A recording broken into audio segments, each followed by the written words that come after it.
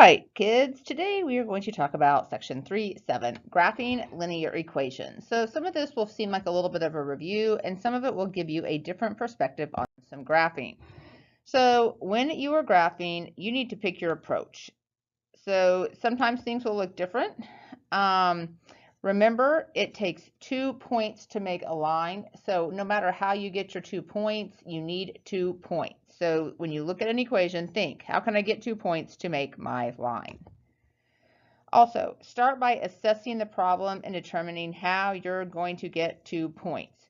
Don't look at the problem and start graphing. Look, think, and then work. All right, if you have any point in the slope, you can find the second point. So whether you are in slope-intercept form or in point-to-slope form, you can graph the function. Some of you just always solve for y, and if that's what you want to do, that works, but it's very time consuming. So I encourage you to look at the different approaches and learn how to use them and learn how to apply them. All right, so there are 3 common approaches to graphing linear equations. The first one is the intercepts. Can we locate the x and the y intercepts? If you can figure out where the graph crosses the x-axis and the y-axis, then you can graph the linear equation. And the other 2 are the slope-intercept and point-slope forms, very conveniently named slope-intercept. If you have the slope and the y-intercept, you can graph the function. And the last one is the point-slope form. So if you have a point and you have a slope, you can graph the function. Okay, remember we've also mentioned the HK format, which is the same thing as point-slope form. All right, so let's tackle the equation 2x minus 3y equals 12. So when I look at this particular problem, I see an equation in standard form. And if I see an equation in standard form, traditionally, I'm going to use the intercept method. And when I think of the intercept method, what I'm going to do is I'm going to cover up part of the equation. So I'm literally going to cover up the 3y. And now I look at the equation, and I have the equation 2x equals 12. And when I solve that, that tells me that x equals 6. So this equation has an x-intercept on your graph at the point 6. Then I do the other. I come over here, I crossed out the wrong one. So I'm going to cross out the 2x this time. So I'm going to come over here. Sorry about that. I'm going to cross out the 2x. Now I'm left with the equation negative 3y equals 12. And if I divide each side by negative 3, I have y equals negative 4. So that tells me that my y-intercept is going to be negative 4. And at this point, I have 2 points, and I can graph my line. So when I look at this, remember that a lot of that you can literally almost do in your head just by covering the 2x with your thumb, covering the 3y with your thumb, and doing the math in your head.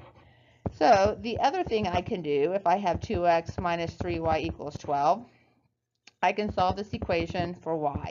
So some of you tend to do this no matter what. However, to me, this takes a significantly longer or significantly more time. And the other thing it does, if you look at all the work I'm doing, it also opens the door for a significant number of mistakes. So now I have slope-intercept form, and when I look at this, I have my y-intercept right here at negative 4. I have my slope at up 2 over 3, up 2 over 3, which now you can tell I have a y-intercept of negative 4. And if you look here, I have an x-intercept of positive 6, which is what I had before. So as you can tell, there's multiple ways to solve all these equations. You just kind of have to decide where you're comfortable and work from there. All right, so example 2. We have the equation 2y minus 5 equals x minus 11. So when I look at the equation 2y minus 5 equals x minus 11, this really isn't in any special format. So at this point, I'm pretty much going to solve for y, and I'm going to put this in slope-intercept form. So hit pause, take a moment, and solve this equation for y. All right, welcome back. To solve this equation for y, you should have moved the 5 to the opposite side by adding 5. So we get x minus 6 because I need to solve for y, I'm going to divide every single term by 2. I encourage you not to draw one big line and put 1, 2 underneath them. Again, it opens the door for mistakes. Some of you are fine doing it that way, but some of you open the door for misconceptions. So if I look at this function, I have a y-intercept right here of -3. I have a slope of 1/2.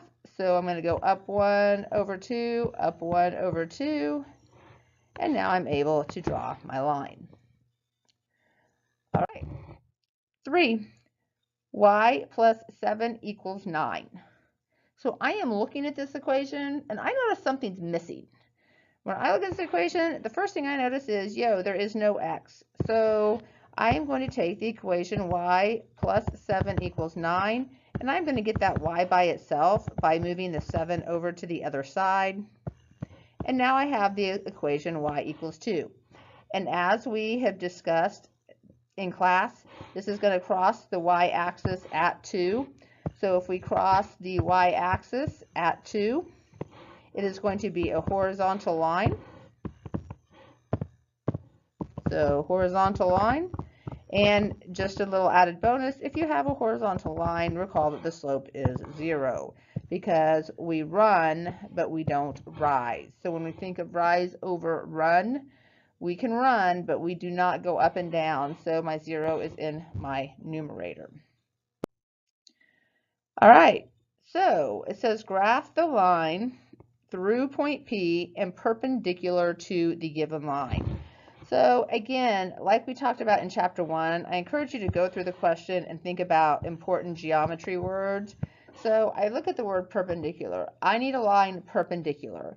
So I have to ask myself, well, what do I know? I know about slopes, okay? So if I can find the slope of my line, I could find the slope of the perpendicular line. So I'm going to come over here to my picture, and I'm going to pick a point, and I'm literally going to count my slope. Rise over run. So rise, rise, rise, and then I'm going to run. So I went up 3, and I went to the left 1. So I have a slope of -3 over 1. If I want the slope of the perpendicular line, please use good notation. So like this little perpendicular symbol right here is important. I will be looking for that on quizzes and tests. So if I find the slope of the perpendicular line, I'm going to take the opposite reciprocal. So my original problem had a negative, so this is going to be positive, and then take the reciprocal of 3 over 1, and I get 1 over 3. So now my perpendicular line is going to go through point P and have a slope of 1/3. Now, I look at my picture, and if I go over here to point P right here, I can't really go up 1 and over 3 to the right because I don't have enough room. You can also think of this as down 1 to the left 3, because a negative divided by a negative will also give you a positive. So let's try that. If I'm at point P, I can go down 1, and I can go to the left 3, and I can go down 1 and to the left 3. And using that information, I can come in and I can draw a line perpendicular to the original.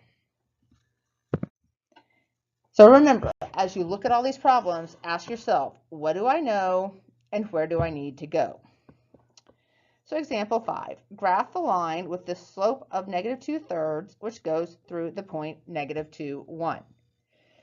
So you either need 2 points to graph a line, or you need a point and a slope. So 1, I'm going to graph the point. And then 2, I'm going to count the slope.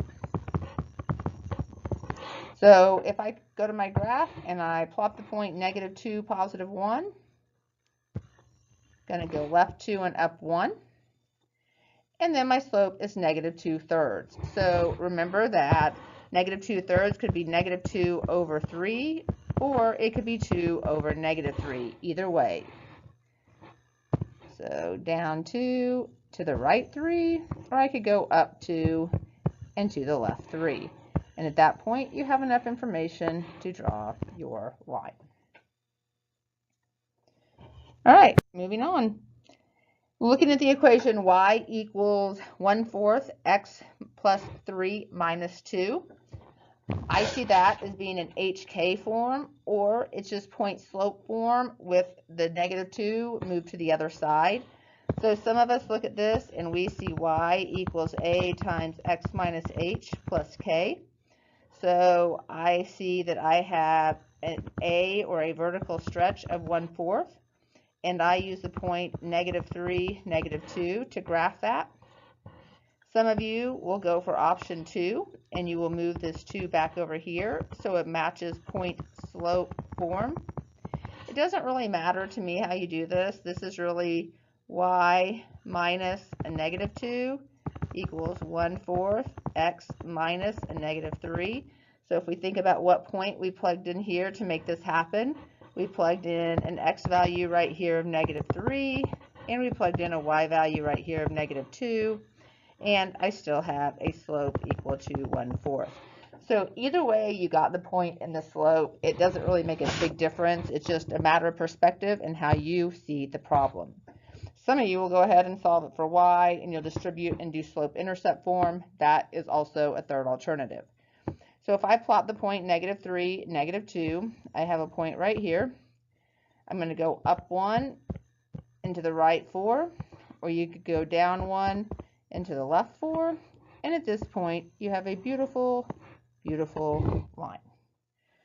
All right, that's all the notes for today. We will tackle homework 3-7 in class tomorrow. If you have questions, please make sure you have them highlighted or written down so you can ask them when we come to class, and hope you have a great evening, and I will see you tomorrow.